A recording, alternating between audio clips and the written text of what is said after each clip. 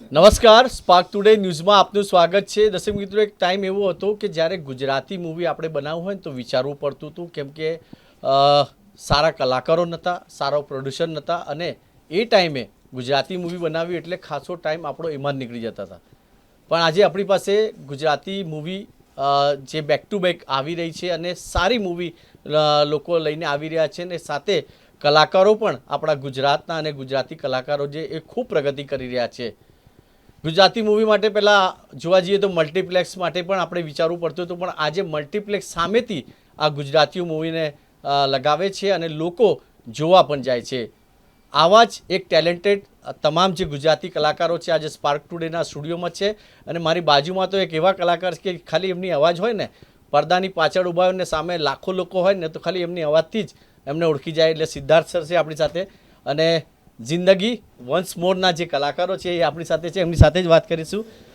Sir, સૌથી પહેલાં શરૂઆત આપથી જ કરીએ. હું બધાની ઓળખાણ આપી દઉં. પહેલાં તો મારી બાજુમાં છે દીપ ધોળકિયા, જે ફિલ્મમાં મારા દીકરાનું પાત્ર ભજવે છે, અને એઝ યુ ઓલ નો કે બાપ દીકરાના રિલેશન ઉપર આધારિત ફિલ્મ છે.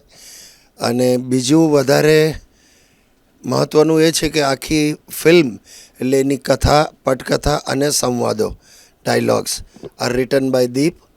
અને એટલે એનો પહેલો ફિલ્મ ડેબ્યુ છે. એની બાજુમાં છે જાહ્નવી ઢકાન, એની પણ આ પહેલી ફિલ્મ છે. અને ફિલ્મ જોશો ત્યારે ખબર પડશે કે how very talented she is. અને આ તો ખૂબ જ જાણીતો ચહેરો છે, ઓળખાણ આપવાની ન હોય. આરતીબેન બહુ જ અચ્છા કલાકાર તો છે જ છે, પણ સાથે પોતે પણ એક નિર્માતા છે.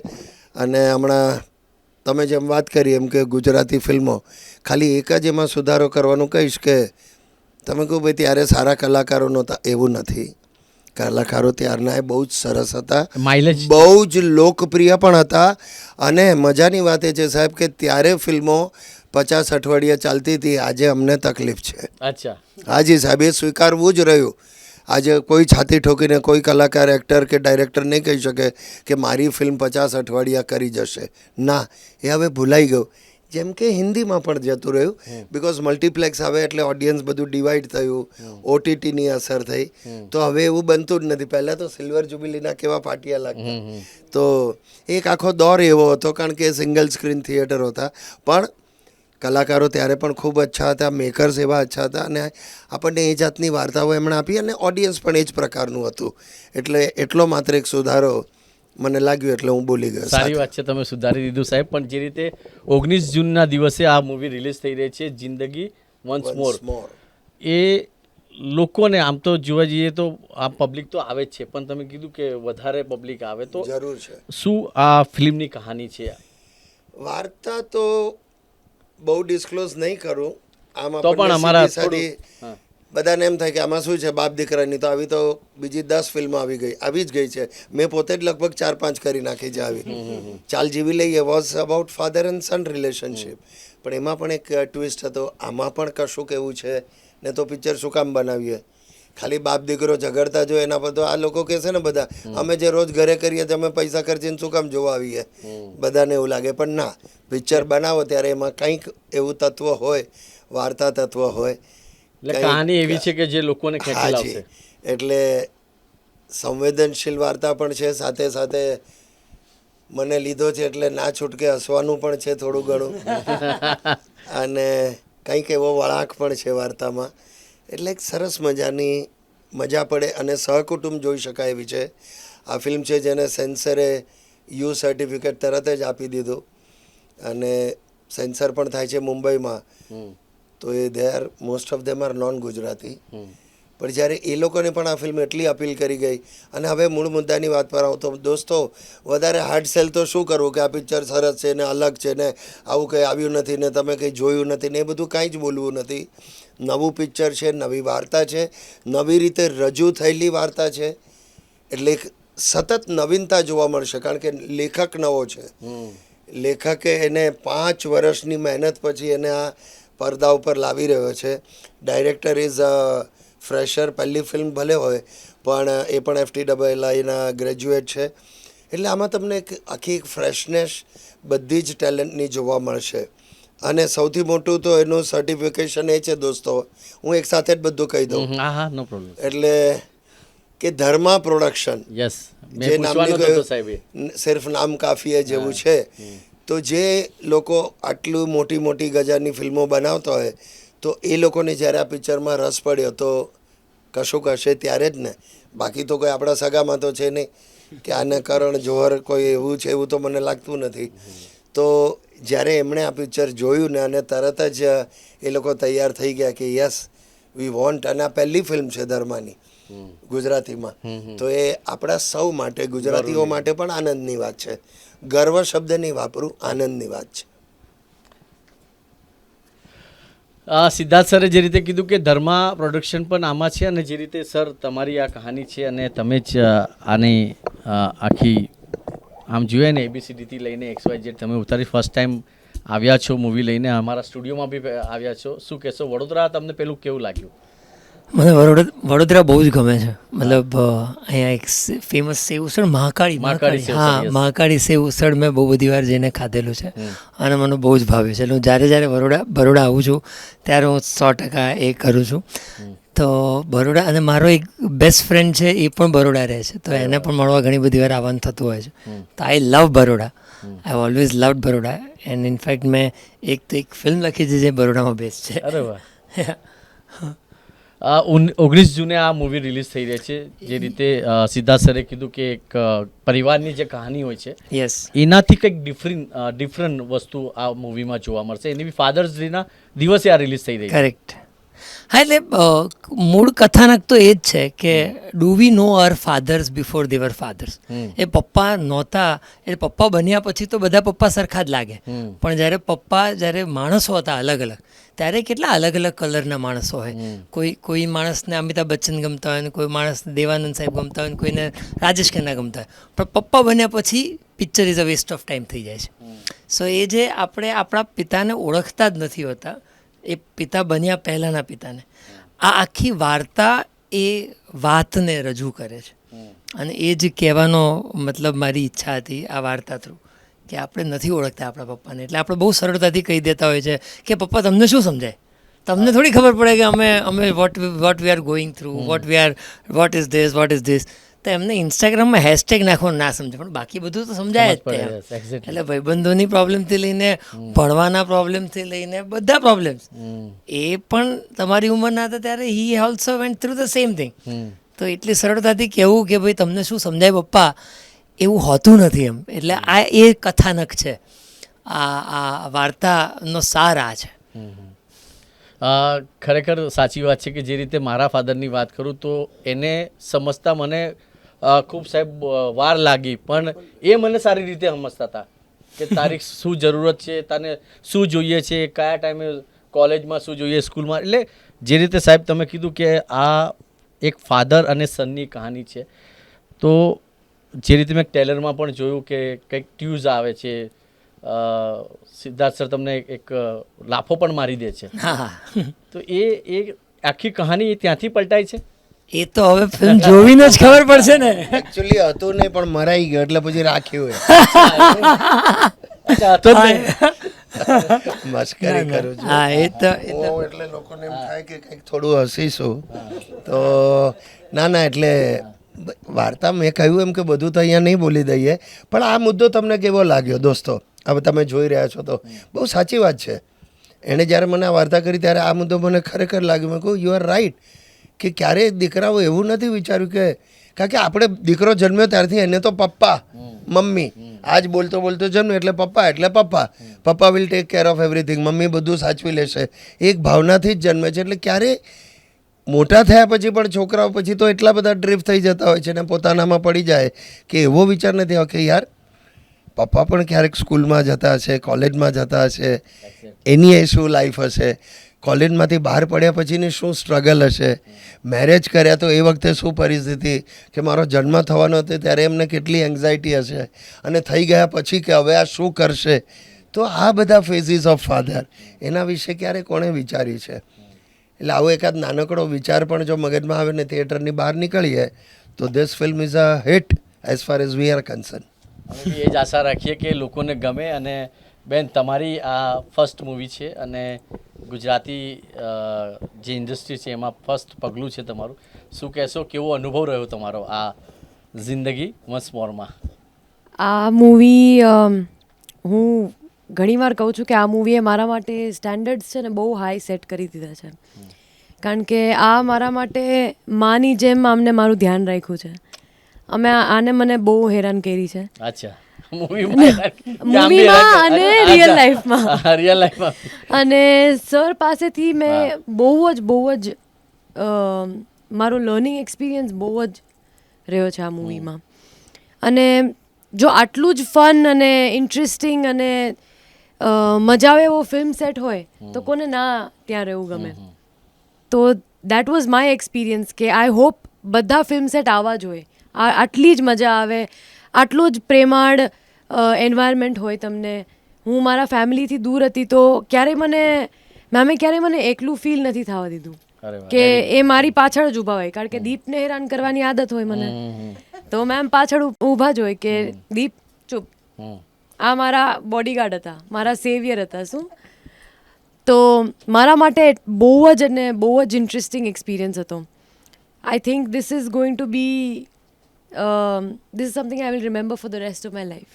આ મૂવી ફાધર્સ ડેના દિવસો આવી રહ્યા છે. આ મૂવીમાં કંઈક તમે મૂવીના દરમિયાન તમારા ફાધર સાથે કોઈ એવો ઇન્સિડન્ટ થયો હોય કે તમને યાદ આવ્યું કે એવું કંઈક? આ મૂવી હા, મૂવી થ્રુ. હા, મૂવી થ્રુ તો નહીં, હા, બટ ડેફિનેટલી મને એ રિયલાઇઝ થયું છે કે જ્યારે તમે આ મૂવીની સ્ક્રિપ્ટ વારે વાંચતા હોય ને ત્યારે તમને રિયલાઇઝ થાય કે આ બહુ સાચી વાત કહેવામાં આવે છે કે આપણે ક્યારેય ટ્રાય નથી કર્યું ટુ અન્ડરસ્ટેન્ડ કે એ કોણ છે. એમને ખબર છે કે આપણે કોણ છે, પણ આપને નથી ખબર એ કોણ છે. અને I think I have started feeling a lot more gratitude. હવે I have started using the word privilege very often. કારણ કે હું અહીંયા છું તો મારા ફાધરની હિસાબે છું. એમણે મને બહુ જ એન્કરેજ કર્યો છે કે એક્ટિંગ ઇઝ તારું સપનું છે ને, એ મારું પણ સપનું છે કે તું એક્ટર બન. હું કાંઈ બીજું કરું તો હી ઇઝ લાઈક નહીં, તું એક્ટિંગ જ કર. તો આઈ એમ પ્રિવિલેજ્ડ. તો આ પ્રિવિલેજ જે વર્ડ છે ને એ મને આ મૂવીથી મળ્યું છે. તો that is why it's even more special for me. Very good. આરતીબેન, શું કહેશો? જે રીતે આ આખી કેમેસ્ટ્રી ઊભી થઈ છે અને હવે એક જ થાળીમાં તમે બધું મસાલો પીરસવાના છો 19 જૂનના દિવસે. એટલે મસાલો શબ્દ તો હું નહીં વાપરું, પણ ઇમોશન્સ એ હું ચોક્કસ કહીશ કે પહેલાંના જમાનામાં જે મા બાપ સાથેના સંબંધો હતા કે મા બાપનો ડર લાગે, એમને અમુક વસ્તુઓ ન કહી શકાય, અને મા બાપ પણ પોતાના સંતાનોને અમુક રીતે જ બહુ એ પણ એક્સપ્રેસ ન કરે પોતાના બાળકો તરફ. એટલે એ આપણે ત્યાં ખાસું એવું કોમ્પ્લિકેટેડ પહેલાં એવા સંબંધો, એમાંથી હવે નવી જનરેશન તરફ આગળ વધતા ગયા છે, જેમાં મા બાપ અને સંતાનો મિત્ર થયા છે. એ લોકો એકસાથે હોલિડે કરવા જઈ શકે છે, એકસાથે એ લોકો ફિલ્મ જોવા જઈ શકે છે. એટલે જે બદલાતા ડાયનેમિક્સ છે એની ક્યાંક વાત છે, ઇમોશન્સની વાત છે. પછી ઘરની અંદર અમારે દીકરાની તમારી ગર્લફ્રેન્ડ કોઈ આવીને હક કરી નાખે કે હું જ આ ઘરમાં આવવાની છું, તો એનું શું થાય, કોઈને ગમે કોઈને ન ગમે. એવા બધા બહુ સુંદર સંબંધોની વાત છે. એમ એક થનારી વહુ એની મધર ઇન લો સાથે કઈ રીતે કનેક્ટ થાય છે. એટલે બધું જ છે ફિલ્મમાં. પણ સૌથી વધુ જે હું એક વસ્તુ પર ભાર મૂકીશ કે ખૂબ સુંદર, દિલને ગમી જાય એવી વાત છે. એનાથી વધારે કશું જ કહેવાનું નથી. એટલે તમે ફિલ્મ જોઈને બહાર નીકળશો એટલે તમને સંપૂર્ણ સંતોષનો અનુભવ થશે એવી ફિલ્મ છે. જે રીતે આપે કીધું કે કેમ કે અત્યારે જે રીતે મેં ટ્રેલર જોયું આનું, અને ટ્રેલરમાં મને પણ એક ફીલ થયું. અને અત્યારે મારા ફાધર આ દુનિયામાં નથી, પણ એ બધી વાતો કેમ કે જે શબ્દો હતા એમના સરના બંનેના, જે કેમિસ્ટ્રી અંદર બતાવી છે એક ફાધર અને સનની, તો આપને શું લાગે છે કે અત્યારનો જે યુવા છે એને શું મેસેજ આપ આપવા માંગશો? કેમ કે ઘણીવાર આવા કિસ્સાઓ આપણે સાંભળ્યા હશે કે છોકરાઓએ બાપને મૂકી દીધા આશ્રમમાં.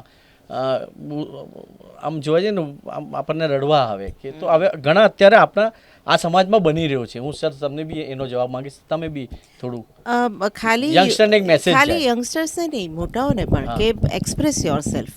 બાળકો સાથે તમે પણ એક જાતનું કમ્યુનિકેશન રાખો અને બાળકોને કહેવાનું કે તમે પણ તમારા પેરેન્ટ્સ સાથે કમ્યુનિકેશન રાખો.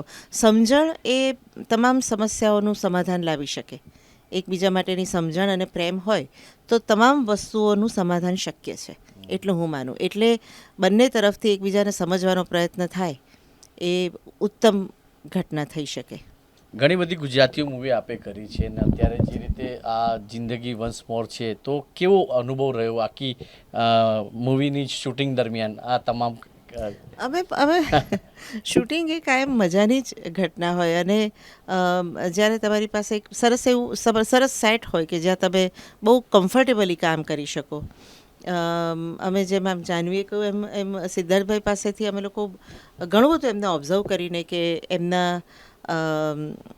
થકી ઘણું બધું લર્નિંગ હોય અને મૂળ મુદ્દે આખા સેટનું ધ્યેય એક જ હોય કે સારું કામ કરવું. ત્યારે everything becomes so easy and smooth. આપ શું મેસેજ આપશો યંગસ્ટરને? આ મૂવી તો આપ બનાવી છે, પણ જે રીતે આજે સમાજમાં જે ઘટનાઓ થઈ રહી છે, ફાધર સન અને ઘણા લોકો જે સન હોય છે એ પોતાના ફાધરને આશ્રમમાં મૂકી આવે છે, અને તો શું મેસેજ આપશો? મેસેજ જેમ મેં કીધું ને કે આ મૂવી થ્રુ મને બહુ બધું મળ્યું છે અને મેં હજી સુધી મૂવી જોઈ પણ નથી આખી. અચ્છા. મેં ખાલી વાંચી છે આ સ્ક્રિપ્ટ, હમ. પણ એના થ્રુ પણ મને આટલું મળ્યું છે. તો if they watch this movie, gratitude word આપણે બહુ ઇઝીલી યુઝ કરીએ છીએ આજે, પણ બહુ નાની લાઈફ છે આપણી. કોણ ક્યારે જતું રહે છે કોઈને નથી ખબર, અને પછી ત્યારે તમે અફસોસ કરવા બેસો ને તો ઇટ્સ ઓફ નો પોઈન્ટ.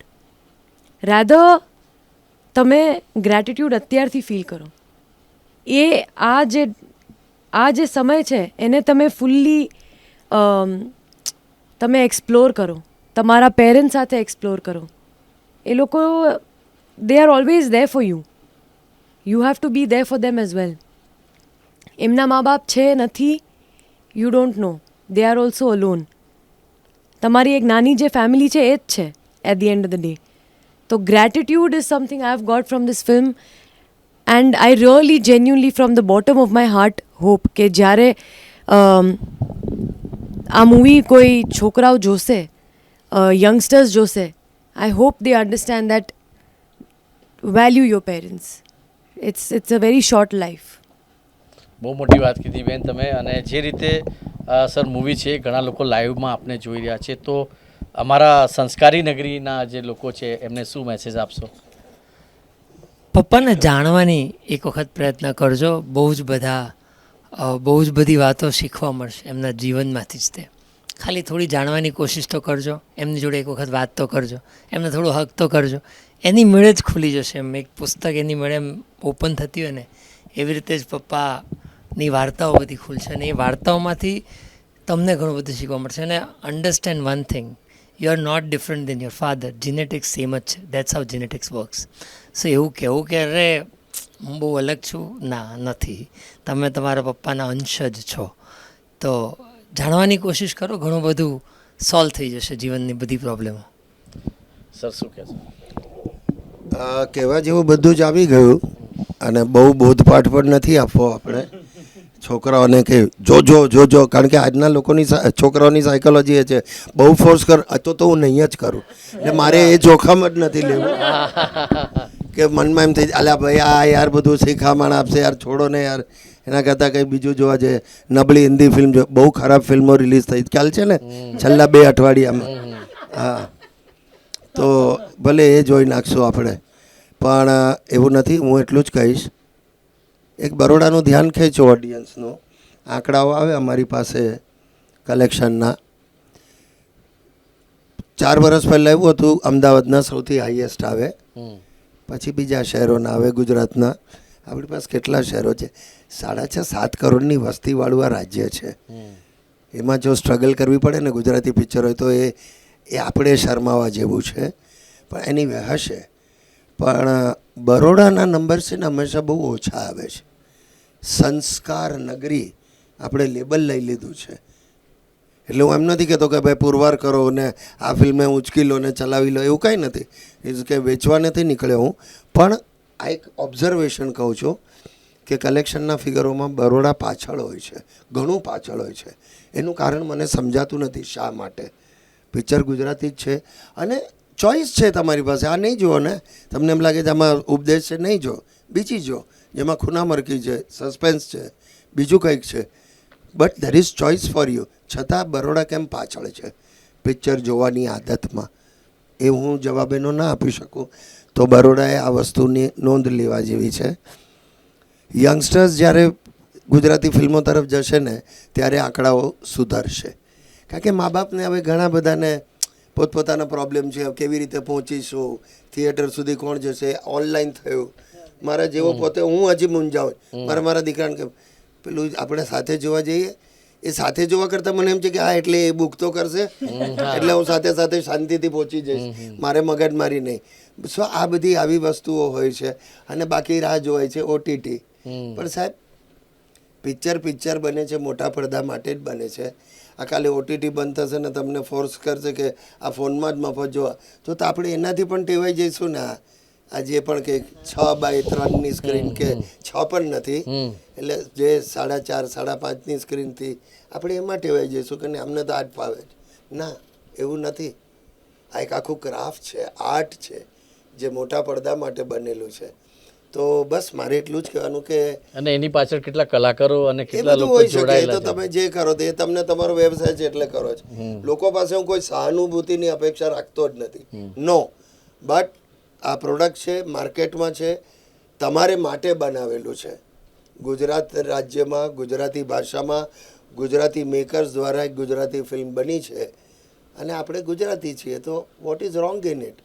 થાળીની રસોડા ફૂલ જાય જ છે ને, એ આપણું ગુજરાતી ખાવાનું છે.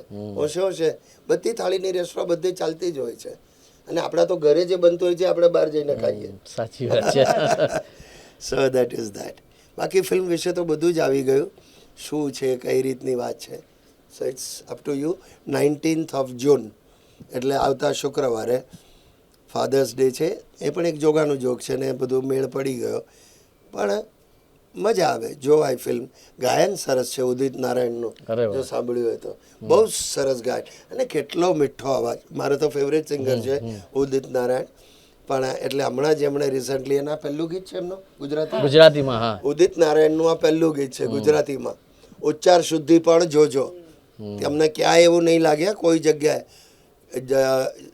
જિંદગી યાદગાર રે, જે રીતે ગવાવું જોઈએ એ રીતે જ એમણે ગાયું છે. એટલે એટલું ધ્યાન આપીને એમણે એ ડિલિવર કર્યું છે. તો સરસ મજાના 6 થી 7 જુદા જુદા પ્રકારના ગીતો પણ છે એમાં. સો વેલ દેટ્સ ઓલ. દર્શક મિત્રો, ટિકિટનો ભાવ તો જે હશે એ જ હોય છે. એટલે પેલું મંગળવારે કંઈક ઓછું હોય છે. હા, મંગળવારે ઓછું હોય છે. એટલે પણ 99. એટલે સોમવારે પણ જવાય યાર. આપણે પડીકીઓમાં 200 ખર્ચી નાખીએ છીએ યાર.